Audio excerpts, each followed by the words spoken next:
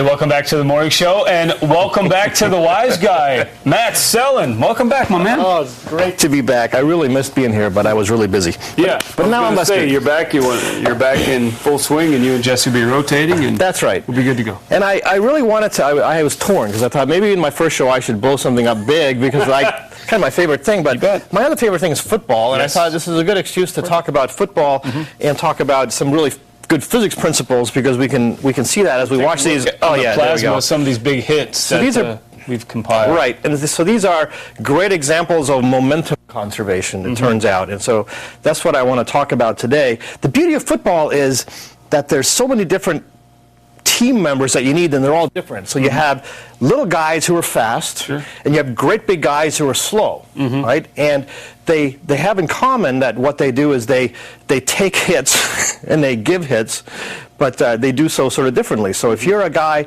on the offensive line or the defensive line, your job is to kind of be large, and you move kind of slow, but it's really hard to get you out of the way because you still have very big inertia, very big momentum.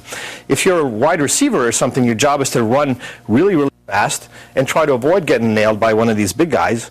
And so you're small because if you're really big, you're not as fast as if you're really small. And it's kind of a fascinating thing in and of itself. Ooh, boy, that gotta hurt. And we see some angular momentum there too, by the way, just pointing that out.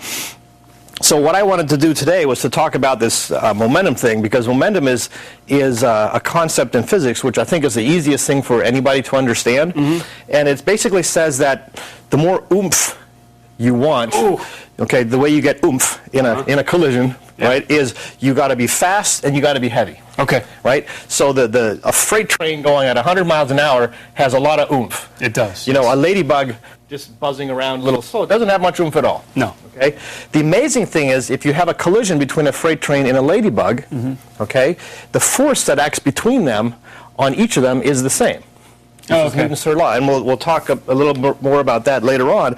But anyways, so what I wanted to illustrate, if we can get back to, are we on here now? Okay, so I was watching the little thing. These are great hits. I guess we plasma off, or we won't pay attention to football. We can just sit here and watch TV and talk about it. And so momentum has to be, you know, you're a little smaller, maybe I'm a little fatter than you are, but if we ran head on into each other, we pretty much come to a stop. And the reason for that is that momentum, we both have momentum, and our momentum would be about the same. If we run about the same speed, we're about the same weight, okay? But the momentum that we have before we collide is zero, more or less, because I'm going this way, you're going the other way, and momentum has a direction associated with it. Okay. So they kind of cancel out beforehand, so afterwards we might just sort of come to a stop. So you want to just try here? Okay, all right. So you can imagine if we took a big run at each other, we would kind of come and we would stop. It would be just like, in fact, if you just took a run and hit the wall, you'd do the same. You want to try that? No, I've done it before. All right, so let me illustrate that momentum with these balls here for you. All right. Okay, so I have two balls that are about the same size. One is kind of light. Okay, and I just chuck it over to you. Yep. This one is not so light. Not quite so light. Okay, it's a medicine ball. Yeah. So now throw that one back to me. Now, when you throw this thing, is it easier or harder to throw than that thing? Oh, obviously it's harder. It's a lot harder, right? So the thing that Newton said, Newton's second law, was that if you want to change something's momentum, like if it's not moving and suddenly you want it to move, you need a force. So what a force does is it changes momentum.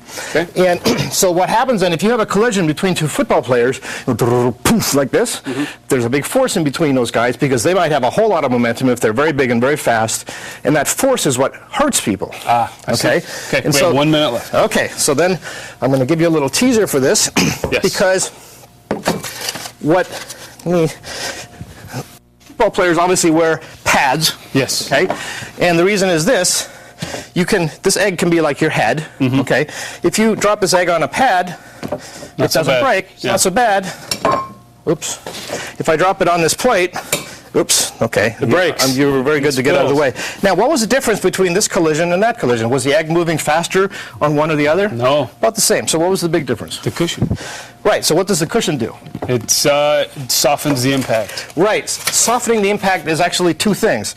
It spreads the impact out so that the force displaces the force that acts on this thing to stop it is spread out over the entire surface of the egg. And it also does something that's even more important. It makes that collision takes a much longer time. Okay. When this thing hits here, all at once, it stops. All right. And then it breaks. Here, we got to stop now, too. I talk too much.